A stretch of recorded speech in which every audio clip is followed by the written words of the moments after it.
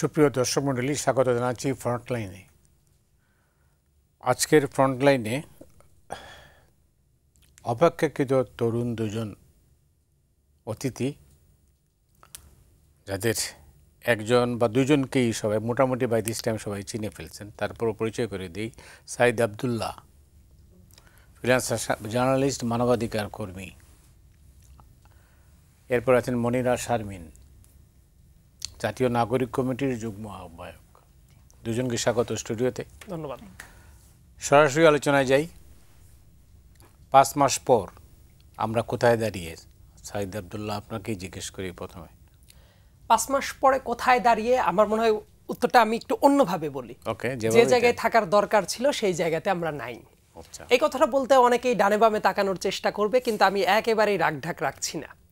যে অ্যাসপিরেশন নিয়ে মানুষ স্বৈরাচার পতনের আন্দোলনে এক হয়ে গিয়েছিল, সেই জায়গাটাতে আমার মনে হয় যে মানুষের কালেকটিভ যে এফোর্ট, সেই জায়গাটা অনেক ক্ষেত্রে কিছু কিছু ক্ষেত্রে মনে হচ্ছে যে দূরবর্তী হয়ে গেছে। এবং মানুষ তাদের কালেকটিভ যে শত্রু ছিল, অর্থাৎ ওই স্বৈরাচারী আওয়ামী লীগ, তাদেরকে নিয়ে কথা না বলে তাদের স্ট্রাকচার যেটা এখনো বিভিন্ন জায়গায় তাদের কিন্তু শক্ত স্ট্রাকচারটা আছে, সেটা না ভাঙার দিকে তাদের মনোযোগটা আসলে খুব কম। বরং রাজনৈতিক দলগুলোর ভেতরে আমি যদি বলি, রাজনৈতিক দলগুলো খোলাখুলিভাবে যদি বলি, এই টাইমে বিএনপি, জামাত, এদের তো ছাত্র উইং অবশ্যই আছে, একই সাথে ইভেন ছাত্রদের যে এই যে প্ল্যাটফর্মগুলো, এই প্ল্যাটফর্মগুলো প্রত্যেকে কেন যেন শত্রু জ্ঞান করছে। আমি আপনার এই টকশোতে এই মাসখানেক আগে যে কথাটা আমি বলেছিলাম যে বর্তমানে রাজনৈতিক ভারসাম্য থাকার একটা জায়গাটা, আমার ব্যক্তিগত অভিমত, সেটা ভুলও হতে পারে, যে সরকার, ছাত্র এবং রাজনৈতিক দল, এই 3টা পিলারের পরেই দাঁড়িয়ে থাকবে বাংলাদেশের কাঠামো। এই 3টা পিলার কিন্তু একই সমতলে থাকাটা জরুরি ছিল। কিন্তু প্রত্যেকেই কেন যেন মনে করছে রাজনীতিটা ঠিক রাজনীতির মতো না, রাজনীতিটা চলছে অ্যাক্টিভিজমের মাধ্যমে। কিন্তু অ্যাক্টিভিজম আর রাজনীতি তো এক জিনিস না। মানে ওই অ্যাক্টিভিজমের জোশ যেটা 5 আগস্টের আগে জরুরি ছিল, ওইটাকে রাজনৈতিক চোখ দিয়ে কীভাবে দেখতে হয়, সেই ট্রান্সফরমেশনটা অনেকের ভেতরে ঘটে নাই। এই কারণে দেখবেন অনেক জায়গায় অনেক অস্থিরতার জায়গাটা আছে। আবার মানুষের ভেতরে আমরা অনেক সংস্কারের অনেক আলাপ করতে পারি, কিন্তু প্রকৃতপক্ষে মানুষ কি দেখতে চায়? যারা তাদের পর নিপীড়ন চালিয়েছে তাদের স্রেফ বিচার দেখতে চায়। আর একটা ব্যাপার হলো, মানুষ 2-3 বেলা ঠিক মতো খেতে চায়, মানুষ দেখতে চায় ল অ্যান্ড অর্ডার সিচুয়েশন ঠিক আছে। এই কাজগুলার প্রত্যেকটা জায়গায় আমার কাছে মনে হয় যে মানুষের মনের ভেতরে কিন্তু একটা সন্দেহের জায়গাটা তৈরি হচ্ছে না। কিন্তু এই অবস্থা কেন হলো? এই অবস্থার জায়গাটা আমি বলবো যে সরকারের যে পরিমাণ অ্যাক্টিভ হওয়ার দরকার ছিল সেই জায়গাটা নাই। সরকারের অনেক উপদেষ্টাদের অনেক হম্বিতম্বি যা কথাবার্তা শুনি, সেই হম্বিতম্বির তুলনায় তাদের তো কাজটা হচ্ছে না। যেমন আমি একটা উদাহরণ দিই, এই উদাহরণটা বুঝতে পারার জন্য আমার মনে হয় খুব জরুরি হবে। 2টা উদাহরণ দিচ্ছি। ইনফ্যাক্ট মানবজমিনের একটা নিউজ আজকেও দেখলাম, সেটা একটা তদন্ত মানবজমিন করেছে। ওই যে 17 বছরের ছেলে যে হৃদয়, গাজীপুরের কোনাবাড়িতে 5 আগস্ট বিকেলবেলা হাসিনা পতনের পরে কিন্তু তাকে মারা হয়েছে। কি নির্মমভাবে মারা হয়েছে, সেই ভিডিওটা কিন্তু সোশ্যাল মিডিয়াতেও আছে। একদম 4-5 জন পুলিশ সদস্য জাপটে ধরে আছে, একজন পুলিশের কনস্টেবল, তার নাম ছিল আকরাম, একেবারে ডিরেক্ট গুলি করে মারলো। ওই ভিডিওটা সরিয়ে যাওয়ার পরে ওই কিশোর ছেলেটার বাড়ি কিন্তু গাজীপুরে ছিল না, সে অটো রিক্সা চালাতো, তার বাড়ি ছিল টাঙ্গাইলের দিকে সম্ভবত। তো ওই ছেলেটার লাশ তার পরিবারের কাছে হস্তান্তর করা হয় নাই। এবং এতদিন পরে ওই পুলিশের নামে যখন মামলা দিতে যাওয়া হয়, মামলাটা কিন্তু পুলিশ নিচ্ছিল না, অনেক দিন পরে মামলাটা নিয়েছে। নেওয়ার পরে এই ডিরেক্ট খুনের আসামি যে পুলিশ কনস্টেবল আকরাম, তাকে কিন্তু জামিনও দিয়ে দেওয়া হয়েছে 23 ডিসেম্বরে। তার তো জামিন প্রাপ্তির কোনো সম্ভাবনাই থাকা উচিত ছিল না। জামিন দেওয়া হয়েছে এবং সে আবার গা ঢাকা দিয়েছে, বলা হচ্ছে সে বিদেশে গেছে বা অন্য কোনো জায়গায়। এই জামিনটা কে দিল? আওয়ামী লীগের অনেককে এখনো ধরা যাচ্ছে না, অনলাইনে তারা কিন্তু সরব হচ্ছে। তো ওইটার ঘটনা আর একটা সাপ্লিমেন্ট আমি করছি। যেমন আমাদের পর অনলাইনে কিন্তু সাইবার অ্যাটাক হয়েছে, আমার আইডিটা ডিসেবল করা হয়েছিল, জুলকারনাইন সায়ের আইডি ডিসেবল করা হয়েছিল, এবং আরও যারা আমাদের অ্যাক্টিভিস্ট যারা ছিল তাদের আইডিটা ডিসেবল করা হয়েছে। যারা করছে অনেকে বুক ফুলে ঘুরে বেড়াচ্ছে। সরকারের আর একটা জায়গায় ব্যর্থতা। আমি রিসেন্টলি সেন্ট মার্টিনে একটু ঘুরতে গিয়েছিলাম। তো ঘুরতে গিয়ে ওই এলাকার মানুষের যে ক্ষোভ যেটা আমি পেলাম সরকারের উপদেষ্টাদের প্রতি, ইন পার্টিকুলার পরিবেশ অধিদপ্তর এবং পরিবেশের যে উপদেষ্টা আছেন সৈয়দা রিজওয়ানা আপা, তার উপরে উনি দেখেন কি পরিমাণ ইমপ্র্যাকটিক্যাল কাজটা করছে। এই মানুষদের কিন্তু ট্যুরিজমের উপর ভিত্তি করে তাদের পেট রুটি রুজি চলে। আগে 5 থেকে 6 মাস তারা ট্যুরিজমের কাজটা করতে পারতো, সেটাকে অ্যাবসলিউটলি 2 মাসে নামিয়ে এনেছে। নভেম্বর মাস থেকে ট্যুরিজমটা চালানোর জন্য পারমিশন দেওয়া ছিল, কিন্তু শিপ ছাড়লো ডিসেম্বর মাসে। তাহলে একজন উপদেষ্টা উনি নিজে বললেন নভেম্বর থেকে ট্যুরিজম চলবে, কিন্তু শিপ চললো 1 মাস পর থেকে। আবার বলছেন ডিসেম্বর এবং জানুয়ারিতে মানুষ যেতে পারবে, ফেব্রুয়ারি মাসে পরিষ্কার করতে হবে, এখানে কেউ যেতে পারবে না। কিন্তু প্র্যাকটিক্যাল ডিসিশন হইল ফেব্রুয়ারি মাসটা যদি ট্যুরিজমে দেওয়া হতো, কার এমন কি ক্ষতিটা হয়ে যেত? কারণ মার্চ মাসে রোজার মাস, ছুটি, কেউ আর যাবে না। তো মার্চ মাসে পরিষ্কারটা করতো, লোকাল কমিউনিটিকে কিন্তু এঙ্গেজ করা যেত, তারা এটা করার জন্য রেডি। তো ওই মানুষদের রুটি রুজির পর যে ইম্প্যাক্ট পড়ছে সেটা কি উপদেষ্টা জানেন না? তো পরবর্তীতে এই 2 মাস পরে তাদের যে বিশাল একটা ইনকামের ঘাটতিটা থাকবে, তারা ক্ষুধায় মরতে থাকবে, তাদের কেউ দেখার মতো কেউ থাকবে না। এই যে 10,000 মানুষ, এই 10,000 মানুষের দিকে তাকানোর কেউ থাকবে না। 1 মাস তাদের খাদ্য সরবরাহ বন্ধ ছিল নভেম্বর মাসে। তো এই পিকচারটা না জেনে উনি কেতাবি জ্ঞান দিয়ে যদি শুধুমাত্র চালায়, তাহলে তো প্র্যাকটিক্যালি মানুষের কাছে ডিসিশনটা বাজে দিকে যাচ্ছে। তো সরকারের দিক থেকে ব্যর্থতারা আছে, তারা প্র্যাকটিক্যালিটি বুঝতে পারছে না। রাজনৈতিক দলগুলোর ভেতরেও আমার কাছে মনে হয় যে ধরনের ওরিয়েন্টেশন থাকার দরকার ছিল, অনেক মানুষ কিন্তু এটা বুঝতে পারছে যে এই গণ অভ্যুত্থানের আগের রাজনীতি আর পরের রাজনীতির ভেতরে পার্থক্যটা থাকবে। আমি মনে করি রাজনীতিবিদদের জন্য রাজনীতি করাটা খুব কঠিন হয়ে গেছে, কিন্তু অনেকে মনে করছে একই তালে চলতেই থাকবে। ছাত্রদের জায়গা থেকে অনেক ইম্যাচিউরড কাজ হচ্ছে, তারা অনেক ক্ষেত্রে বুঝতেও পারছে না যে তাদের প্রত্যেকটা কাজ এখন রাজনীতির চোখ দিয়েই দেখা হচ্ছে, বরং তারা রাজনীতিবিদদেরকে শত্রু বানানোর দিকে তারা মনোযোগী হচ্ছে। মনে হচ্ছে রাজনীতিবিদরা তাদের শত্রু। রাজনীতি করতে হলে আমার কাছে মনে হয় যে বিভিন্ন মতের মানুষকে একসাথে নিয়ে ব্রিজ তৈরি করাটা গুরুত্বপূর্ণ কাজ। ভাঙার কাজ করলে রাজনীতিতে দাঁড়ানো যাবে না। কিন্তু সেই রাজনৈতিক বাস্তবতা না বুঝে তারা অনেক জায়গায় অনেক হঠকারী ডিসিশন নিচ্ছে। অনেক জায়গায় মনে হচ্ছে ফেসবুকে লাইক কমেন্ট দিয়েই সরকারও চলবে, সামনের দিনের রাজনীতি গঠিত হবে। কিন্তু ফেসবুকে লাইক কমেন্ট আর ভোটের রাজনীতি এবং মানুষের আস্থা, এগুলো যে টোটালি বিপরীতমুখী কাজ, এই ব্যাপারটা বুঝতে অনেকে ভুল করে ফেলছে। তো সংকটের জায়গাটা ত্রিমুখী সংকট। এই পর্যায়ে আপনাকে ধন্যবাদ। মনিরা শারমিন, আপনার কাছে যেটা সাইদ আব্দুল্লাহ মোটামুটি একটা ময়নাতদন্ত করেছেন এই 5 মাসের, নাগরিক কমিটি তো আরও কাছের থেকে বিষয়টা দেখছে, আপনি কিভাবে দেখেন, আপনার কি অবজারভেশন? জি, ধন্যবাদ। সাইদ আব্দুল্লাহর সাথে আমি বেশ কিছু ক্ষেত্রেই আমি একমত। আসলে এই সরকারটা একটা অভ্যুত্থানের পরবর্তী যে সরকার গঠিত হয়, সেই সরকারকে আসলে অনেক প্রোঅ্যাক্টিভলি কাজ করতে হয় এবং প্রো পিপল হইতে হয়। এখন সেই জায়গা থেকে আমরা যেটা দেখছি যে এই সরকারটা প্রোঅ্যাক্টিভলি কাজ করতে পারছে না। এবং খুবই গুরুত্বপূর্ণ একটা বিষয় যে যেহেতু ছাত্রদের বৈষম্য বিরোধী ছাত্র আন্দোলনের ব্যানারে যেই অভ্যুত্থানটা হলো এবং সেখানে ছাত্র জনতার স্যাক্রিফাইসের মাধ্যমে একটা সরকার, জনগণের ম্যান্ডেটে আমরা বলছি যে এটা ছাত্ররা বসিয়েছে এই সরকারকে এবং জনগণের ম্যান্ডেট আছে এই সরকারের, সেই জায়গা থেকে দায়বদ্ধতাটা কিন্তু আর অনেক বেশি। তো সেই জায়গা থেকে আমরা যদি দেখি যে এখানে ছাত্রদের অনেক ক্ষেত্রে, সাধারণ মানুষের চোখ দিয়ে যদি আমি দেখি, তাহলে অনেক ক্ষেত্রে বলা হচ্ছে যে এটা ছাত্ররা চালাচ্ছে এখন সরকার, কিন্তু ছাত্ররা আসলে ওইখানে সংখ্যাগরিষ্ঠ না সংখ্যালঘিষ্ঠ, এটাও একটা দেখার বিষয়। কিন্তু আমার কেন যেন মনে হচ্ছে যে সরকারে যেই উপদেষ্টা মণ্ডলী আছেন ওনাদের অনেক অবিবেচনা এবং অবিবেচনা প্রসূত সিদ্ধান্তগুলি ছাত্রদের উপর বর্তাচ্ছে, মানে সেই দায়গুলো আর কি। তো সেখানে একটা সংকট। এবং আরেকটা ব্যাপার হচ্ছে যে যেটা সাইদ আব্দুল্লাহ এতক্ষণ বললেন যে এটা আসলে একটা সংহতি পর্যায়ে। আমরা যদি দেখি যে একটা অভ্যুত্থানের পরবর্তী এই সময়টাতে আমাদের আসলে বিভক্তির চেয়ে এখন সংহতি প্রয়োজন।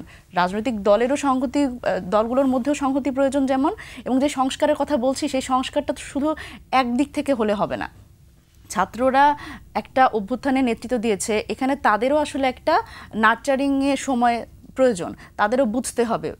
স্বাভাবিকভাবে এটা যখন বাংলাদেশের রাজনীতিতে তারা অলরেডি ঢুকে গেছে, তাদেরও কিন্তু ইম্পালসিভ কথাবার্তা থেকে আসলে সরে আসতে হবে। এবং যখন তারা বিভিন্ন বিষয়ে এবং রাষ্ট্রের বিষয়ে কথা বলছে, তখন তাদের আসলেও একটু এই বিষয়ে একটু বিবেচনা করে আসলে কথাবার্তা আগানো দরকার। এবং এই সংহতিটা আমাদের এখানে নাই, এটা একদমই অ্যাবসেন্ট। আপনি যেটা বলছেন যে সরকার পারছে না, যে লক্ষ্য উদ্দেশ্য যেটা ছিল সেটা এই পর্যন্ত তারা অনেক ক্ষেত্রেই ফেল করেছে। কিন্তু কেন এত সমর্থন নিয়ে তো বাংলাদেশের কোনো সরকার আসে নাই। একদম একদম। এই ক্ষেত্রে আমার আরেকটা অবজারভেশন হচ্ছে, এবং যেটা আমরা এখন আর কি দেখছি, সেটা হচ্ছে সরকারের মধ্যেকার যে সিস্টেমটা, যেই ফরমেশনটা, সেই ফরমেশনটার যেটা আমরা বারবার করে বলছি যে এই ফ্যাসিবাদী ব্যবস্থার বিলোপ, সেই ফ্যাসিবাদী ব্যবস্থাটা তো আসলে অলরেডি রয়ে গেছে। এবং আপনি যদি বেশ কিছুদিন ধরে যেই অস্থিতিশীলতা তৈরি হয়েছে জনপ্রশাসনে, এবং আজকে তো ওনারা একটা 4 তারিখ আজকে একটা ওনারা ঘোষণাই দিয়ে দিয়েছিলেন যে একটা ওনারা মহাসমাবেশ করবেন, এবং সেটা সরকারকে জনপ্রশাসন এবং প্রশাসন ক্যাডার অ্যাসোসিয়েশন সেটা হচ্ছে ওনারা সরকারকে এক ধরনের হুমকির মধ্যেই ফেলে দিলেন যে তাদের আসলে ওই পান থেকে চুন খসার মতো ব্যাপারটা, তাদের কোথাও একটু সুবিধা একটু কমে গেল, তারা হলো সরকারকে একদমই প্রতিপক্ষ বানিয়ে ফেলেন। যদিও চাকরি বিধিমালা অনুযায়ী এটা একেবারেই তার বিপরীত। তো সেই ক্ষেত্রে আসলে আমার মনে হয় সরকার অনেক ক্ষেত্রে কাজ করতে পারছে না, সেটা হচ্ছে এই সিস্টেমটা, জনপ্রশাসন এবং সরকারের যেই আমলাতান্ত্রিক যে সিস্টেমটাও সেই ক্ষেত্রে অনেক ধরনের অসহযোগিতা করছে। এবং এই যে মামলার ব্যাপারটি বললেন সাইদ আব্দুল্লাহ, দেখেন এই জায়গাতে পুলিশও কিন্তু আমাদের সাথে সেই সহযোগিতা করছে না। এবং আপনি আরেকটা জিনিস দেখেন যে আমি যদি বলি 43তম BCS এর যে বিষয়টা, যেই অস্থিতিশীলতা তৈরি হয়েছে, সেখানে এইভাবে করে যে এতগুলো মানুষ গেজেট থেকে বাদ পড়লো, এটাও কিন্তু একটা ব্যাপার। এটাও কিন্তু আমার মনে হচ্ছে যে কোথাও না কোথাও থেকে একটা এরকম উস্কানিমূলক একটা প্রবণতা চলে এসছে যে আসলে কোন পক্ষকে কিভাবে উস্কে দেওয়া যায়, এবং সেটা সামহাও এই সরকারকে একটা ব্যর্থ প্রমাণ করারও একটা প্রচেষ্টা, এবং সেই প্রচেষ্টা যে বিভিন্ন দিক থেকে হচ্ছে না, এটা ছাত্রদের তরফে রাজনীতিবিদদেরকে এটা প্রতিপক্ষ বানানোর চেষ্টা আছে। এই সময়ে এই প্রয়াসটা তো আপনার যে মহৎ উদ্যোগ অথবা মহৎ উদ্দেশ্য বা যে লক্ষ্য নিয়ে আপনি এই বিপ্লবের অংশ নিয়েছিলেন, সেটা তো ব্যাহত করবে। কারণ আপনার রাজনীতিবিদদের শক্তি ছাড়া তো এককভাবে কি ছাত্ররা পুরোটাই সফল হয়েছে? না, অবশ্যই না। দেখেন, এইখানে এই বিষয়টা আমি একটু এভাবে ব্যাখ্যা করব যে ছাত্রদের পক্ষ থেকে রাজনীতিবিদদের প্রতি কিন্তু রোষের কোনো কারণ নাই। কারণ আমি যদি বলি যে গত আওয়ামী রেজিমের যে জার্নিটা, এই জার্নিতে তো নিপীড়িত হয়েছে সবাই। এবং যদি আমি বড় দল হিসেবে বলি, বিএনপি তো আসলেও বিভিন্ন সময় মাথাচাড়া দিয়ে উঠতে চেয়েছে, এবং তাদের দিতে মানে সেই জায়গা থেকে তাদের সেই সুযোগটা দেয়া হয় নাই। তো এই জার্নিটা আসলে প্রত্যেকেরই, এই জার্নিটা যেমন এই ছাত্রদেরও যেরকম জার্নি, সাধারণ মানুষেরও জার্নি, এবং সেই রাজনৈতিক দলগুলো যেগুলো আসলে এই পুরো সময়টা জুড়ে তাদের যে একটা মানে রাজনৈতিকভাবে মাথাচাড়া দিয়ে ওঠার বা তাদের বক্তব্য পরিষ্কারের যে ব্যাপারটা, সেটাও তারা করতে পারেনি। তো সেই জায়গা থেকে প্রতিপক্ষ বানানোর আসলে সেরকম সুযোগ নাই। কারণ যেটা বললাম যে এই সময়টা আসলে সংহতির একটা সময়, এই সময় আসলে আমাদের নিজেদের মধ্যে বোঝাপড়ার সময়, আমাদের নিজেদের আন্ডারস্ট্যান্ডিংগুলো আরও সুন্দরভাবে বাড়ানোর সময়। এখন এটা অবশ্যই আমি স্বীকার করব যে আমাদের ছাত্রদের মধ্যে ম্যাচিউরিটির একটা গ্যাপ আছে অবশ্যই, কারণ প্রতিপক্ষ বানানো। এবং এখানে আরেকটা জিনিস আমি মেনশন করব, সেটা হচ্ছে দেখেন 16ই ডিসেম্বরে আমাদের জাতীয় নাগরিক কমিটির একটা প্রোগ্রাম ছিল বরিশালে। তো সেখানে আমরা দেখলাম যে একটা শান্তিপূর্ণ 16ই ডিসেম্বর বাংলাদেশের বিজয় দিবস, এরকম একটা জায়গায় আমরা প্রোগ্রাম করতে গেছি, একটা সমাবেশ। সেখানে আমরা দেখলাম যে বিএনপির যে ছাত্র দল, ওনাদের একটা হামলার শিকার হলো আমাদের কেন্দ্রীয় একজন যুগ্ম আহ্বায়ক। তো সেই জায়গা থেকে আমার মনে হয় যে রাজনৈতিক দলগুলো আছে তাদের মধ্যেও কেন যেন আমি একটা ইনসিকিউরিটি দেখতে পাচ্ছি, যে এই ছাত্ররা বোধহয় রাজনৈতিকভাবে সক্রিয় হলে তাদের একটা ইনসিকিউরিটি তৈরি হচ্ছে। তো আমার মনে হয় সেই জায়গা থেকেও একটু উদারতা পোষণ করা দরকার, এবং সবারই আসলে একটু ঐকমত্যের ভিত্তিতে একটু সংহতি পর্যায়ে আসা দরকার সকলে। অনেক ধন্যবাদ সাইদ আব্দুল্লাহ। অভ্যুত্থানের পর কেমন সরকার চেয়েছিলেন আপনি? এই জায়গায় একটা ঘটনাকে কেমন সরকার চেয়েছিলাম, এই প্রশ্নটা সম্ভবত আসছে কিছু কিছু তাত্ত্বিকের মাথা দিয়ে, তারা যখন একটা গণ অভ্যুত্থানকে বিপ্লব বানানোর একটা মিথ্যা আশ্বাস দিচ্ছেন অথবা প্রুভ করার চেষ্টা করছেন। আমি অনেক জায়গায় খুবই স্পষ্ট ভাষায় বলে দিয়েছি, এবং সেটা 5 আগস্ট থেকেই বহু জায়গায় বহুবার বলেছি, এইটা কোনো অবস্থাতেই বিপ্লব ছিল না, এটা ছিল গণ অভ্যুত্থান।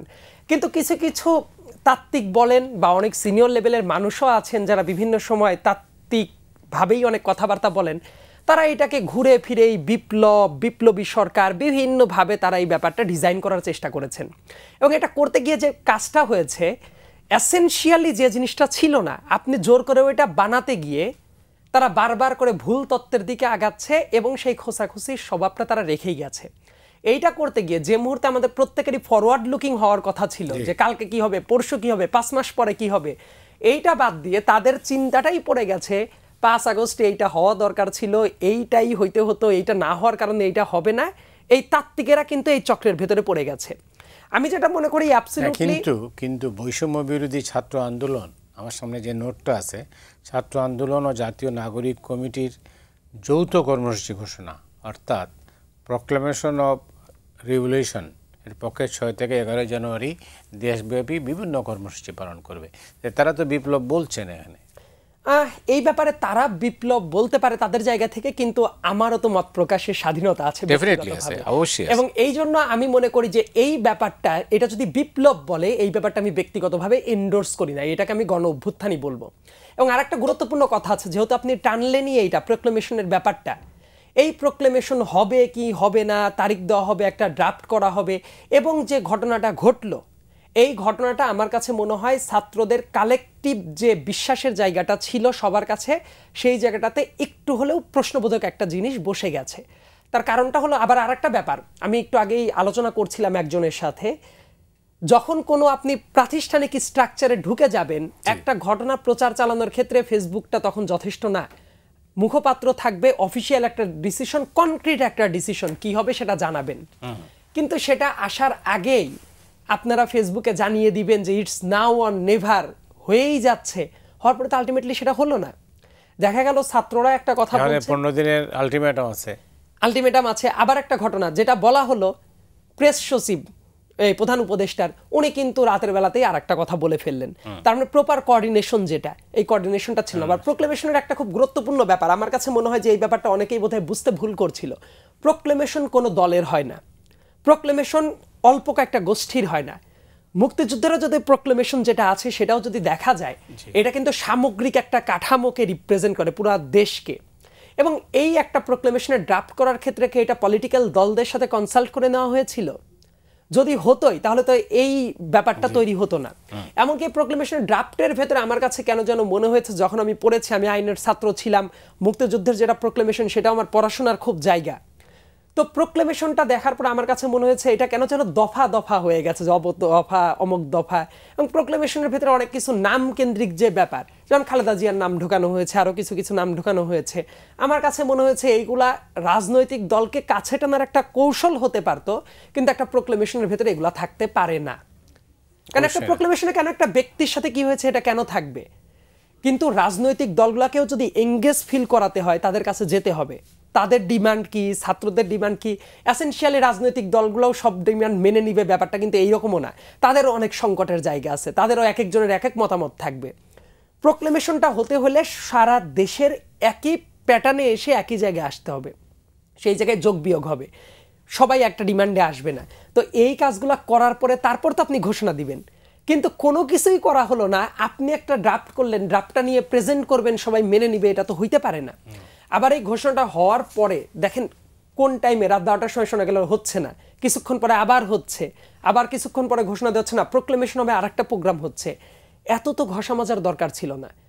আমার কথা, এই যে ক্যাম্পেইন এখন যেটা চালানো হচ্ছে, সেটা তো সবার আগে এই ক্যাম্পেইনটাই করা দরকার ছিল, যে আপনি গ্রাউন্ডটা রেডি করবেন, তারপরে অফিসিয়াল ঘোষণা দিবেন যে অমুক দিনে এইটা হবে, সবার কিছু পয়েন্টে একই পয়েন্টে আসবে।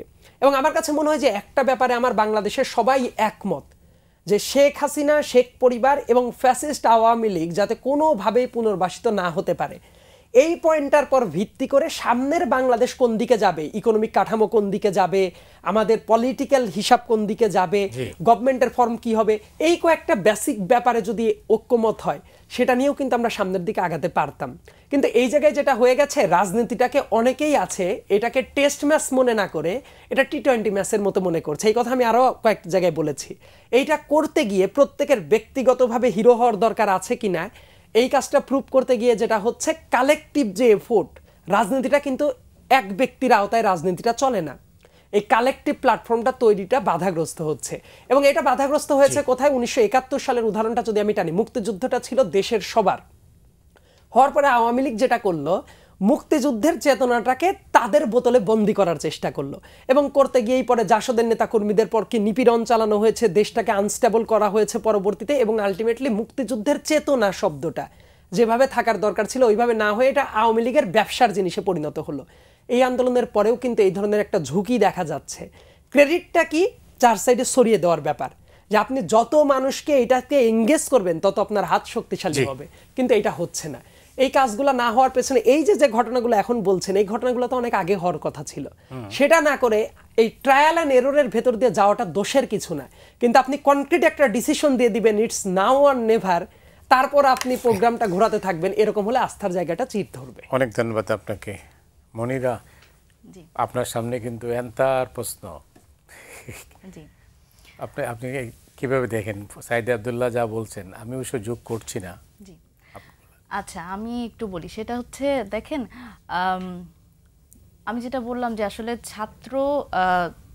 ছাত্ররা, বৈষম্য বিরোধী ছাত্র আন্দোলন এবং জাতীয় নাগরিক কমিটি, তারা হচ্ছে এই প্রোক্লেমেশনের ব্যাপারে আমরা যখন একসাথে আলোচনা করেছি, তখন আসলে আমরা যেই রাজনৈতিক দলগুলো আছে ওনাদের সাথে কিন্তু এই ব্যাপারে কনসাল্ট করা হয়েছে। তো আমি ব্যক্তিগতভাবে যেটা আমার অবজারভেশন, সেটা হচ্ছে আসলে এই প্রসেসটা বা একটা বিপ্লবী ফোর্স, বা আপনি বলেন যে রেভলিউশনারি ফোর্স বলেন, আমি জানি এখানে বিপ্লব নাকি অভ্যুত্থান নানান ধরনের তর্ক হতে পারে, তবে আমার দৃষ্টিতে আমি এটা বিপ্লবী মনে করি, যদিও এটা হচ্ছে অর্গানাইজড না। হ্যাঁ, কারণ হচ্ছে বিপ্লবে যেই ধরনের এলিমেন্টের কথা আছে, আমাদের এটা যেহেতু একটা অটো ফোর্স, যে কারণ এমন অনেক সেক্টর এখানে যোগ হয়েছে যেটা হচ্ছে that was not organized. So সেই জায়গা থেকে এটা হতে পারে অভ্যুত্থান, তবে আমার কাছে এটা আমি বিপ্লব হিসেবেই দেখি। তবে যেই রেভলিউশনারি ফোর্সটা আসলে এই একটা অভ্যুত্থানকে লিড দেয়, তো তারাই প্রোক্লেমেশন সবসময় ঘোষণা করে এবং সরকার সেটাকে এন্ডোর্স করে।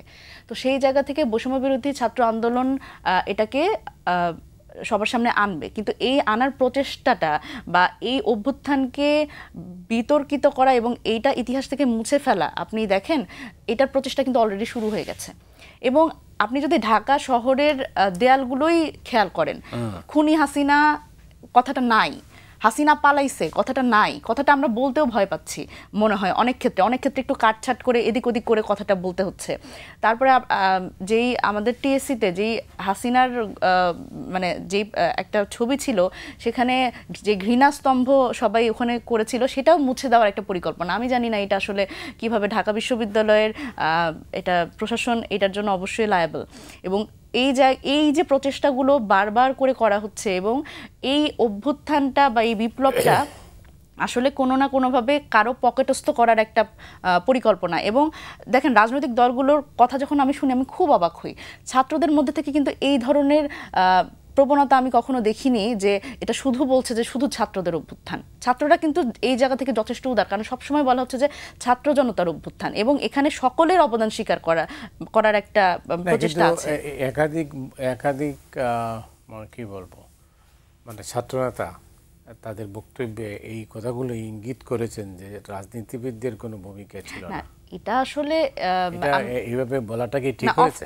অফকোর্স নট, এটা কোনোভাবেই বলা ঠিক না। কারণ এই অভ্যুত্থান বা বিপ্লবটা আসলে অনেকগুলো মানুষের জার্নি, এবং আপনি তো শুধুমাত্র রাজনৈতিক দলের কথা আমি বলি না, কারণ যেই ব্যবসায়ীটা, যেই ক্ষুদ্র ব্যবসায়ীটা, যে চায়ের চা দোকানি, যে শ্রমিক, এবং যেই ব্যবসায়ীটা হচ্ছে প্রত্যেক এত বছর ধরে চাঁদা দিয়ে আসছে তার একটা ছোট্ট ব্যবসা চালানোর জন্য, তারও তো কন্ট্রিবিউশন আছে, এবং সেও তো গুলির মুখে রাস্তায় বের হয়েছে এবং সে শহীদ হয়েছে। তো তার কন্ট্রিবিউশনটা আপনি কোন পকেটে দিবেন? এবং আমি খুবই অবাক হই যে আমি গতকালকেও কোনো একটা পত্রিকায় পড়ছিলাম যে বিএনপির একজন নেতা বলছিলেন যে ওনাদের আসলে কতজন শহীদ হয়েছে এবং কতজন মানে ওনাদের দলের আসলে কতজন শহীদ হয়েছে এবং কতজন এখানে এতদিন ধরে স্ট্রাগল করেছেন এবং কতজন আহত। তো এই বিষয়টাও আমার খুবই কুবক্তব্য মনে হয়। কারণ কি, যে অভ্যুত্থানটা কারোর আলাদা করে না। হ্যাঁ, এটা বৈষম্য বিরোধী ছাত্র আন্দোলন, এটার একটা নেতৃত্বের দাবিদার হয়তো, কিন্তু এখানে সকল শ্রেণী পেশা এবং রাজনৈতিক দলের মানুষজন এখানে ছিল। এবার আমি প্রোক্লেমেশনের কথা যখন আসি, তখন হলো দেখেন এইখানে আমরা আসলে বিভিন্নভাবে বিভিন্ন রাজনৈতিক দলের সাথে আলোচনা করার একটা চেষ্টা ছাত্রদের পক্ষ থেকে ছিল, কিন্তু আমরা অদ্ভুতভাবে যেটা খেয়াল করি যে রাজনৈতিক দলগুলোর সাথে কথা বলার ক্ষেত্রে তারা এক ধরনের কথা বলেন এবং তারা মিডিয়াতে এসে আরেক ধরনের কথা বলেন। তো এই বাবলটা আসলে আমরা জানি না এটা কেন হয়। আমরা যথেষ্ট রকম উদার মানসিকতায় আমরা তাদের সাথে বসতে চাই, তাদের সাজেশন চাই, কারণ স্বাভাবিকভাবেই এই তরুণ যারা রাজনীতিবিদ বা তরুণ যে ছাত্রনেতা, এনারা কিন্তু সবচেয়ে বড় ব্যাপার হলো এনাদের অনেক সাহস আছে, সবকিছু আছে, কিন্তু অভিজ্ঞতার কিন্তু অভাব। এই অভিজ্ঞতাটা কিন্তু আমরা সবসময় অ্যাপ্রিসিয়েট করি। তো সেই জায়গা থেকে এখন তাদের পক্ষ থেকে যে সেই উদারতা যদি আমরা না পাই বা সেই সাজেশনগুলো যদি না পাই, সেখানে আমাদের নানান ধরনের ডিসিশন নেওয়া এবং ট্রায়াল অ্যান্ড এরর কথাটা কিন্তু আমি খুবই সমর্থন করি। আমরা কিন্তু আসলেও ট্রায়াল অ্যান্ড এররের মধ্যে দিয়েই চলছি। তো এই জায়গা থেকে আমার মনে হয় তাদেরও একটা দায় আছে যে গাইড করার ক্ষেত্রে, এবং এই প্রোক্লেমেশনটা ঘোষণা করার, যেমন আমি আগে বলেছি যে এখানে আমাদের ছাত্র নেতাদের অনেকেরই একটু ইম্যাচিওর ডিসিশন আছে, যেমন হুট করে বলে ফেলা একটা কথা, যেমন স্থগিত হলো, আসলে স্থগিত হয়নি, আমরা কিন্তু প্রোগ্রামটা করেছি, কিন্তু যখন আমরা দেখলাম যে আসলে সরকারের পক্ষ থেকে এবং রাজনৈতিক দলের পক্ষ থেকে আমাদের সাথে খুব বেশি এই বিষয় নিয়ে আমাদের সাথে কথাবার্তা বলার ক্ষেত্রে তারা আগ্রহী না, বা এই ব্যাপার নিয়ে তারা আসলে কিছুই বলছেন না, সেই ক্ষেত্রে আমাদের আমাদের নিজেদের একটা ফোর্স হিসেবে আমাদের একটা প্রোগ্রাম করতে হয়েছে। কিন্তু সেইখানে যখন আমরা দেখলাম যে প্রেস সচিব এই ধরনের বক্তব্য দিলেন, তখন আমাদের আসলে কিন্তু আমরা আসলে আমাদের দাবি থেকে কিন্তু শুনি। সমন্বয়হীনতা কেন? সমন্বয়হীনতা আসলে আমাদের মধ্যে না, আমার মনে হচ্ছে যে ওই একটা ইনসিকিউরিটির জায়গা আছে, মানে ছাত্রদের বা এই জাতীয় নাগরিক কমিটি এই ফোর্সটাকে, এই অভ্যুত্থানের ফোর্সটাকে তাদের অ্যাকনলেজ করার একটা, মানে অ্যাকনলেজ করতে চান না সামহাও। উনি আপনার কাছে আসছি পরে সাইদ আব্দুল্লাহ, তো আপনি কি শুনেছেন নিশ্চয়ই যে সরকারের তরফে বলা হয়েছে, বা সরকারের মুখপাত্র তিনি বলছেন যে 90% সফল হয়ে গেছে সরকার। তো আপনি তো আইনের ছাত্র, আইন নিয়ে চিন্তা ভাবনা করেন, তাইলে আমার আইনের দৃষ্টিতে 90% যে সরকার সফল, এই সরকার নিয়ে তো আলোচনাই করা যায় না। আমার দৃষ্টিতে 90% সফলতার কথা যদি বলা হয়, আমাকে যদি খুবই অনেস্ট অপিনিয়ন দিতে বলা হয় যে 100-র ভেতরে আমি কত মার্ক দিব, 100-র ভেতরে 50 মার্ক দিতেও আমার মনে হয় যে দ্বিধাদ্বন্দ্বে ভুগবো যে এটা দেওয়া উচিত কিনা। কেন দেওয়া উচিত না, তার কারণ হলো ল অ্যান্ড অর্ডার সিচুয়েশন যেভাবে কাজ করার কথা ছিল কোনো অবস্থাতেই সেটা ঠিকমতো কাজ করছে না। 2 নম্বর ঘটনা যেটা, এই সাইডে এই সরকারের একটা খুব বাজে টেন্ডেন্সি আমি দেখছি, সেটা হলো রাজনৈতিক দলের কাঁধে বন্দুক রেখে গুলি করার চেষ্টা। প্রত্যেকটা জায়গায় রাজনৈতিক দল হেল্প করছে না, এইটা হেল্প করছে না, ওইটা হেল্প করছে কিনা। রাজনৈতিক দলগুলোও যে আস্থাটা দেখতে চায় সেটা কি প্রুভ করা গেছে? চাঁদাবাজি হচ্ছে, রাজনৈতিক দলের নেতারা রুট লেভেলে চাঁদাবাজি করছে, বাস স্ট্যান্ড দখল করছে, বালুমহাল দখল করছে, এই কথাগুলো একেবারেই সত্য। তারপরে অ্যাকশনটা কি হচ্ছে? আপনি যদি অ্যাকশন যদি না হয়, আপনি শুধু দায় দিয়ে বসে থাকবেন। গুরুত্বপূর্ণ একটা ঘটনা বলে একটু আগেই আলোচনায় এনেছেন, ঢাকা বিশ্ববিদ্যালয়ে শেখ হাসিনার যে গ্রাফিতি যেটা ছিল, ওইটাতে 5 আগস্টের আগেই কালিমা লেপন করে দিয়েছে, রক্ত দিয়ে ওটা মানে ওই যে ঝাঁটাপিটা করা হয়েছে। সেই গ্রাফিতিটা রাতের আধারে যখন মোছা হলো, প্রক্টর ছিল না, ঢাকা বিশ্ববিদ্যালয়ে ভিসি ছিলেন না, তাদের সামনে যখন মোছা হলো, এবং এই সরকার বা এই প্রশাসন বা ছাত্রদের জায়গা থেকে যে অংশটা, তারা একটা গ্রাফিতি মোছা যদি আটকাতে না পারে, দেশ সংস্কার করে পুরোপুরি জান্নাতুল ফেরদৌস বানায় ফেলবে, এইটা তো আমার মনে হয় কানার ভাই অন্ধও বিশ্বাস করবে না। আপনি একটা গ্রাফিতি মোছা আটকাতে পারেন নাই। আরেকটা গুরুত্বপূর্ণ ব্যাপার হলো, আপনি যে ব্যর্থতার দায় সব অন্যদিকে চাপাই দিবেন, সচিবালয়ে এই ধরনের একটা অগ্নিকাণ্ডের মতো খুবই কুৎসিত ঘটনা ঘটলো, তারপরে আজ অবধি কতজনকে ডিরেক্ট বহিষ্কার করা হয়েছে? করা হয় নাই তো। কিন্তু এই জাতীয় ঘটনা ঘটার পরে 24 ঘন্টাও অতিবাহিত হওয়া উচিত ছিল না, কারণ সচিবালয় খুবই সেন্সিটিভ একটা জায়গা। সেই জায়গায় যখন এই ধরনের ঘটনা ঘটে, সেটা খুব বাজে একটা মেসেজ দেয়। সেই ঘটনার পরে 24 ঘন্টার ভেতরে আমি যদি দেখতে পারতাম কালপিট কারা, এই ব্যাপারটা খুঁজে বের করা আমার কেন যেন মনে হয় না খুব বেশি কঠিন কাজ। কারণ আমরাই যখন ইনভেস্টিগেশনের কাজ করি, আমরা যে কাজটা করি আমরা ধরে দিই এটা ভুল নিয়োগ হয়েছে, অমুক জায়গায় এইটা করেছে, তমুক জায়গায় এইটা করেছে, তারপর পদক্ষেপ হয়। মানে আমরা কেন ঠেলবো, ঠেলার পরে তারা কেন চোখ খুলবে? তাদের কি গোয়েন্দা সংস্থা নাই? তাদের কোঅর্ডিনেশনের অভাব হচ্ছে? সো এই প্রত্যেকটা ব্যাপার যদি থাকে যে আমরা ধরবো তারপর তারা কারেকশন করবে, অথবা ভুল তো অনেক নিয়োগ হচ্ছে। জুলাই গণ অভ্যুত্থানের চিকিৎসার ক্ষেত্রে যাদেরকে দায়ভার দেওয়া হচ্ছে, একজন ব্রিগেডিয়ার জেনারেল ছিলেন, ওনাকে যখন দায়িত্ব দেওয়া হচ্ছে, ওই যে শাফিল নামের যে ছেলেটা ছিল তার চোখের চিকিৎসার জন্য বারবার করে তাকে দেশের বাইরে পাঠানোর কথা, যে মানুষটা সার্টিফিকেশন দিচ্ছেন তার ভাই পাবনাতে ইলেকশনের ক্যাম্পেইন করে বেরিয়েছে। 2024 সালের 7 জানুয়ারি ইলেকশনে তার ভাই এমপি ক্যান্ডিডেট হওয়ার জন্য পোস্টার বিলি করেছে, অথচ সেই মানুষটাকে পিএসসির মেম্বার করা হয়েছে, সেটা নিয়ে অনেক শোরগোল হয়েছে। তাকে কি চেঞ্জ করা হয়েছে? সেই মানুষটাকে নিয়ে বৈষম্য বিরোধী এই যে আন্দোলনে যারা আহত হয়েছে তাদের চিকিৎসায় দেশের বাইরে যাবে কি যাবে না, সেই ব্রিগেডিয়ার জেনারেল জালাল অবসরপ্রাপ্ত, তাকে এখনো সার্টিফিকেশনের দায়িত্বে রাখা হয়েছে, তাকে এখনো সরানো হয় নাই। এই নিয়োগের দায়ভার কি কোনো পলিটিক্যাল দলের নাকি এই সরকারের?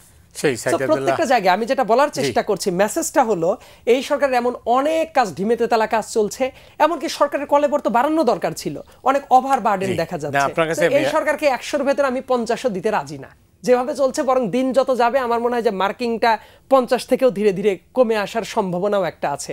যদি আমার আন্তরিকতা ছিল সরকারকে যদি আমি 100-র ভেতরে 90 দিতে পারতাম আমার ভালো লাগতো। উনিরা আসলে মানুষের মধ্যে একটা হতাশা কাজ করছে। আপনি যদি আপনার বাড়িতে আপনার মানে পারিবারিক বা পরিবেশে কারোর সঙ্গে কথা বলেন, তাহলেও কিন্তু এই হতাশার চিত্রটা পাবেন। আপনি বলবেন যে এত তাড়াতাড়ি 5 মাসে মানুষ হতাশা হয়ে গেল এই জন্য, কারণ মানুষের প্রত্যাশাটা ছিল কিন্তু আকাশ ছোঁয়া একদম। তো সেই কারণেই মানুষ হোঁচট খেয়েছে। যেমন আপনারা যখন আন্দোলন শুরু করেছেন সাইদ আব্দুল্লাহ, আপনারা মানুষ কিন্তু অনেক আশা নিয়ে কিন্তু এই আন্দোলনে শরিক হয়েছিল। মানুষ যখন দেখে যে আপনাদের মধ্যে কোনো ইউনিটি নেই, আপনারা দল গঠন করতে যাচ্ছেন, রাজনৈতিক দলগুলো আপনাদের বিরুদ্ধে কথা বলছে, হতাশা ব্যক্ত করছে, আপনারাও বলছেন, কেউ কেউ স্বাধীনতার মৌলিক বিষয়গুলো নিয়ে প্রশ্ন তুলছেন, বাংলাদেশের অস্তিত্ব সংকটের দিকে যাচ্ছে। আন্তঃরাষ্ট্রীয় সম্পর্কের ক্ষেত্রেও কিন্তু সরকার খুব একটা যে সফল হয়েছে তা বলবো না। তো এই অবস্থায় জাতীয় নাগরিক কমিটি কিভাবে বিষয়টাকে মূল্যায়ন করে? দেখেন, এইটা তো আসলেও এটা আমরাও ফিল করি যে সরকারের যেই প্রোঅ্যাক্টিভনেস দেখানোর কথা ছিল সেই প্রোঅ্যাক্টিভনেস সরকার দেখাচ্ছে না, এবং সেটা কি কি কারণ দেখাচ্ছে না সেটা আমাদের আলোচনার মধ্যে উঠে এসছে। এবং স্বাভাবিকভাবে আসলেই মানুষ হতাশ, এবং এই হতাশা একটা খুবই গুরুত্বপূর্ণ ব্যাপার হচ্ছে আমাদের তো আসলে অনেক অনেক একটা নিপীড়িত অবস্থার মধ্যে দিয়ে আমাদের এই আন্দোলনটা হলো, এবং এই 16 বছরের যত ধরনের আমাদের আকাঙ্ক্ষা, সব আকাঙ্ক্ষা এখন আমরা আমরা চাচ্ছি যে খুব দ্রুততম সময়ের মধ্যে যাতে আমরা ঠিক করে ফেলতে পারি। তবে সেই ক্ষেত্রে হচ্ছে সরকারের তো যেই ধরনের প্রোঅ্যাক্টিভনেস দেখানোর কথা ওনারা তো সেটা দেখাচ্ছেন না। এবং একটা আলোচনায় উঠে এসেছে যে আহতদের চিকিৎসা, এই অভ্যুত্থানে সবচেয়ে গুরুত্বপূর্ণ, আমি যদি বলি গুরুত্বপূর্ণ যারা দাবিদার, এই অভ্যুত্থানের দাবিদার, তারা হচ্ছে আমাদের শহীদ পরিবার এবং আহত। আমাদের শহীদ পরিবারও এখনও তাদের তাদের গ্র্যান্টটা পাওয়ার কথা ছিল তারা পান নাই, এবং আহতদেরও চিকিৎসা নিয়ে নানান ধরনের জটিলতা সৃষ্টি হচ্ছে, এবং তাদের যেই ধরনের ট্রিটমেন্ট পাওয়ার কথা তারা সেই ধরনের ট্রিটমেন্টও পাচ্ছেন না। তো সেই জায়গা থেকে তাদের মধ্যেও একটা হতাশা তৈরি হয়েছে। তো এই ক্ষেত্রে জাতীয় নাগরিক কমিটি যেটা করছে, আসলে জাতীয় নাগরিক কমিটির যে কাজগুলো সেগুলো আসলে শুধুমাত্র রাজনৈতিক দলের দিকে যাওয়া বিষয়টা তা না। আসলে জাতীয় নাগরিক কমিটি একটা রাজনৈতিক প্ল্যাটফর্ম, এবং এই প্ল্যাটফর্মটা আমরা আসলে ওই যেটা বললাম যে একটু আগে আমরা সংহতির দিকে আগাতে চাচ্ছি, এবং রাজনৈতিক দলগুলোর সাথেও আমাদের কিন্তু এক ধরনের অ্যামালগামেশন এখানে মানে হওয়ার জন্য আমরা চেষ্টা করছি। সেটা হচ্ছে যে আমাদের জাতীয় নাগরিক কমিটিতে যারা আছেন তারা বিভিন্ন ব্যাকগ্রাউন্ডের মানুষ, এবং তারা বিভিন্ন রাজনৈতিক ব্যাকগ্রাউন্ডের, হয়তো বিভিন্ন রাজনৈতিক দলের সাথেই তাদের সংশ্লিষ্টতা ছিল, এবং তারা এখন একসাথে হতে পেরেছে। এবং এই জায়গাতে আমি এইভাবে মূল্যায়ন করি যে এই মানুষগুলো একটা পরিবর্তনের অংশ হতে চায়। এবং এই পরিবর্তন আমরা সবসময় বলি, জাতীয় নাগরিক কমিটিতে অনেকেই জিজ্ঞেস করে যে একটা এজ বার আছে, যে এই জাতীয় নাগরিক কমিটির প্রতিনিধি হতে 25 থেকে 45-এর মধ্যে বয়সটা। তো আমরা আসলে স্বপ্ন দেখি, আমরা এই হতাশার মধ্যে ডুবে থাকার পরেও, এই যে সায়েদ আব্দুল্লাহ একটা কথা বললেন যে উনি 90 দিতে চান এই সরকারকে, দিতে চান না, দিতে পারলে ভালো হতো, ভালো লাগতো ওনার। তার মানে উনি আসলে স্বপ্ন দেখেন। এবং আমরাও আসলে এই সরকারকে নিয়ে যে সন্তুষ্ট, বা এই সরকারের সব কার্যক্রমে যে আমরা সন্তুষ্ট তা না। এই যে ল অ্যান্ড অর্ডারের কথা বললেন, তো ল অ্যান্ড অর্ডার এবং আওয়ামী লীগের বিরুদ্ধে এই পুরো সিস্টেমটা, মানে একটা ভেঙে পড়া একটা সিস্টেম, সেই সিস্টেমটার জন্য যেই মানুষগুলো অভ্যুত্থান করলো এবং অভ্যুত্থানে যে মানুষগুলো শহীদ হলো এবং যারা এই অভ্যুত্থানে অংশগ্রহণ করলেন, তারা এখন আওয়ামী লীগের এলাকার বিভিন্ন এলাকার জেলা উপজেলার সেই আওয়ামী লীগের নেতারা এখনো তাদের হুমকি দেয় যে তোমরা আন্দোলন করছো, তোমাদের আমরা দেখে নিব। এবং তারা কিন্তু এখনো চিহ্নিত সন্ত্রাসীগুলো এখনো ধরেন নাই এই সরকার। সো আমরা আসলে, এবং যে বিভিন্ন নিয়োগের কথা হচ্ছে, বিভিন্ন জায়গায় যেই পজিশনগুলো এখনো আছে, সরকার তো চলতে পারার কথা না। এই ধরনের একটা এস্টাবলিশমেন্ট নিয়ে সরকার কোনোভাবেই চলতে পারার কথা না।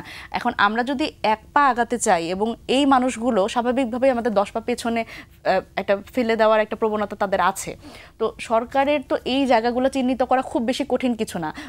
এবং ফেসবুকে বিভিন্ন সময় লেখালেখির মাধ্যমে অনেকেই কিন্তু এদের চিহ্নিতও করে দিয়েছে। এবং আমি যদি আরও স্পেসিফিকলি বলি, দেখেন এই যে 43তম BCS এর যেই যারা গেজেট প্রাপ্ত, তাদের মধ্যে কিন্তু চিহ্নিত ছাত্রলীগের পোস্টেড নেতা আছে, তার কিন্তু গেজেট হয়ে গেছে। কিন্তু এমন অনেক মানুষ বাদ পড়েছে যারা জীবনে কোনো রাজনৈতিক সংশ্লিষ্টতা নাই। এখন আপনি আমাকে বলেন যে এই ধরনের বিষয়গুলো সরকারের যেই অধিদপ্তরগুলো আছে, যারা আসলে এই জায়গাগুলো দায়িত্বপ্রাপ্ত, আপনি NSI বলেন বা বিভিন্ন ধরনের সংস্থার কথা বলেন, এটা তো আসলে তাদের দায়িত্ব। এখন কোনো সরকার কোনো মানে সিস্টেমকে যদি প্রোঅ্যাক্টিভলি কাজ করাতে না পারে, এই ব্যর্থতা তো অবশ্যই সরকারের। এবং এই ব্যাপারগুলো আমরা বাইরে থেকে জাতীয় নাগরিক কমিটি বিভিন্ন সময় আমরা প্রেস রিলিজ এবং সমাবেশ এবং বিভিন্নভাবে আমরা এই প্রেশারটা ক্রিয়েট করার চেষ্টা করছি যে আপনারা যেটা করছেন, যেমন দ্রব্যমূল্যের ঊর্ধ্বগতি, দেখেন একটা সাধারণ মানুষ, একটা গ্রামের মানুষ, তার কিন্তু এত কিছু তার মাথার মধ্যে নাই। তার কথা আমি একটু 3 বেলা খাওয়াটা ঠিক করে খাবো, আমার সন্তান ঠিক মতো পড়াশোনা করবে। তো এই মিনিমাম চাওয়াটা, সেটাও আমরা দেখতেছি এখন পূরণ হচ্ছে না। এবং তাহলে এই মানুষগুলো যে জীবন দিল, একটা সাধারণ মানুষের যেই বেসিক যে নিডগুলা, সেগুলাও যখন পূরণ হচ্ছে না, আমরা তখন অনেক কিছু নিয়ে কথা বলতে পারি, আমরা সংবিধান নিয়ে কথা বলতে পারি, আমরা প্রোক্লেমেশন নিয়ে কথা বলতে পারি, আমরা নানান কিছু নিয়ে কথা বলতে পারি, এটা আমাদের জায়গা থেকে আমরা পারি। কিন্তু সরকারের তো কাজ সেটা তো আসলে আমরা করে দিতে পারি না। আমরা বাইরে থেকে প্রেশার গ্রুপ হিসেবে বলতে পারি, আমরা সমালোচনা করতে পারি, কিন্তু এইটা আসলে সরকারের এই দায়ভার নিতেই হবে, কারণ এই সরকার আসলেই যেভাবে কাজ করার প্রয়োজন ছিল সেভাবে কাজ করছে না। অনেক ধন্যবাদ সায়েদ আব্দুল্লাহ। মানে নির্বাচন নিয়ে আপনার ভাবনা কি? নির্বাচন নিয়ে আমার যেটা ভাবনা, সংস্কারের জন্য এটাই একটা গুরুত্বপূর্ণ একটা ডিবেট আছে যে সংস্কারের পরে নির্বাচন নাকি নির্বাচনের পরে সংস্কার। এই দুইটা ব্যাপার নিয়ে আমার কাছে মনে হয় যে ধরনের আর্গুমেন্টটা চলছে, এইটার একটা মিডল গ্রাউন্ড আছে।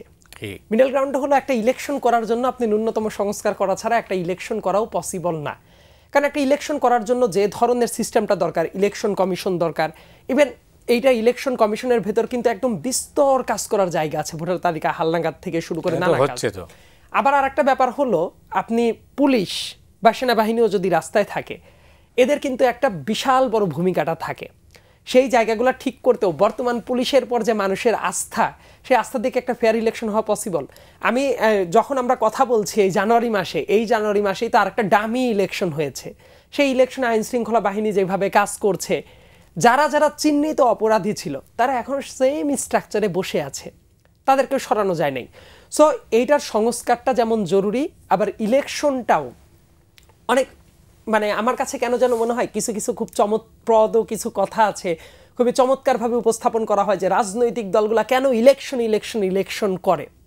ইয়েস, রাজনৈতিক দলেরও একটা অংশের ভেতরে তড়িঘড়ি করা ব্যাপারটাই আছে, এটা অস্বীকার করার উপায় না। রাজনৈতিক দল যারা রাজনীতি করে তারা থাকবেই। তবে এই ব্যাপারটা একটা গুরুত্বপূর্ণ কথা হলো, যারা সংস্কারের কথা বলছে, আমরা যদি ভিজিবল দেখতে পারতাম আওয়ামী লীগের প্রত্যেকটা মানুষ বিচারের মুখোমুখি হচ্ছে, ল অ্যান্ড অর্ডার ঠিক আছে, প্রত্যেকটা নিয়োগ ফেয়ার হচ্ছে, তাহলে মানুষেরও তো আস্থাটা থাকতো।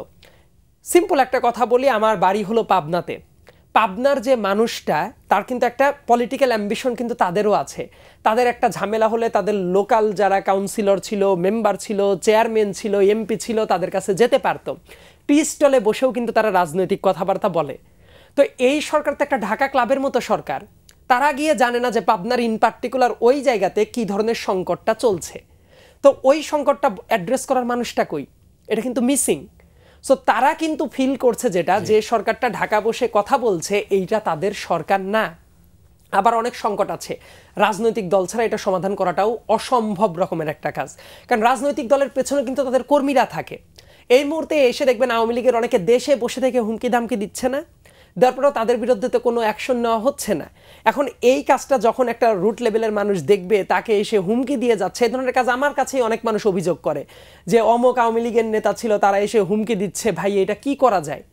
তো আপনি দেখছেন তাদের বিরুদ্ধে কোনো অ্যাকশন নেওয়া যাচ্ছে না। তো তাদের বিরুদ্ধে অ্যাকশন নেওয়ার জন্য তো একটা সোশ্যাল যে ফোর্স, সেটাও থাকতে পারতো, কিন্তু সেটাকেও তো গোছানো যাচ্ছে না। ন্যূনতম সংস্কারটা জরুরি।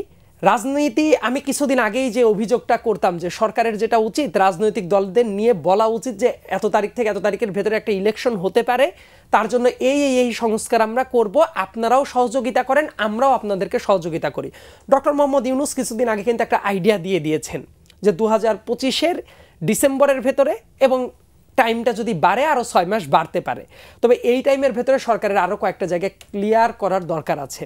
ক্লিয়ার করার কোন কোন সেন্সে, যে আমরা ইলেকশন পারপাসে পার্টিকুলারলি এই 1, 2, 3, 4, 5 এই সংস্কারগুলো করব, এবং আপনারাও এই কাজগুলোতে সহযোগিতা করেন, করার পরে ইলেকশনটা হবে।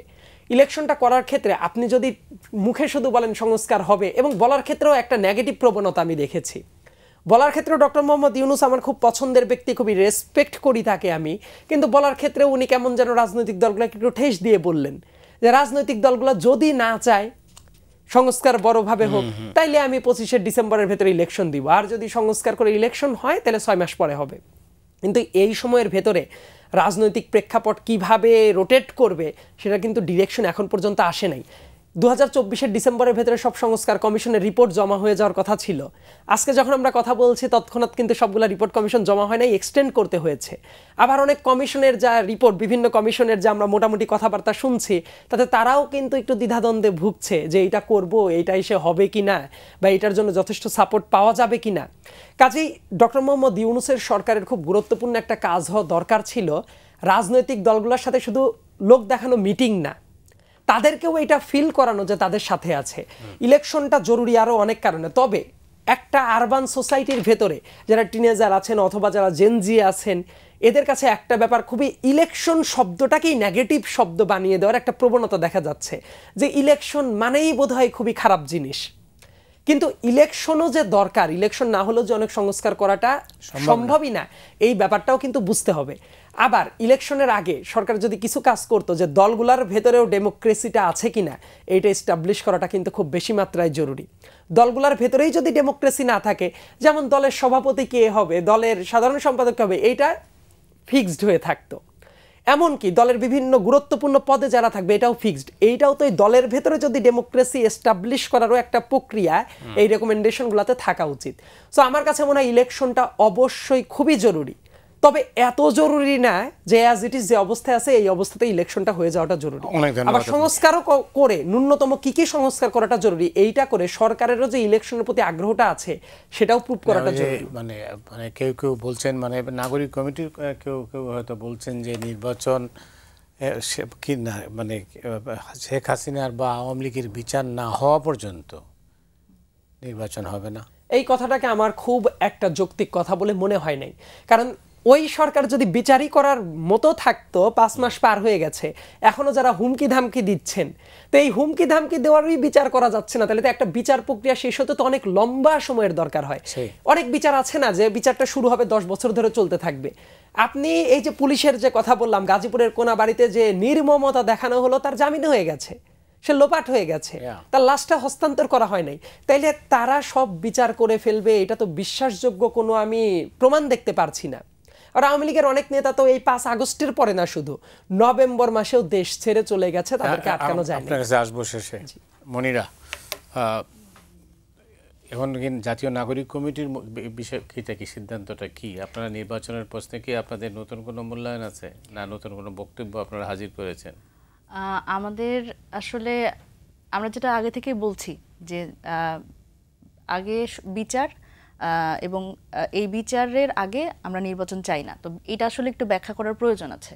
সেটা হচ্ছে বিচারটা কেমন বিচার, যে বিচার কি এই সরকার করে ফেলবে, মানে করে ফেলার মতো সক্ষমতা এই সরকারের আছে কিনা, এটা একটা প্রশ্ন।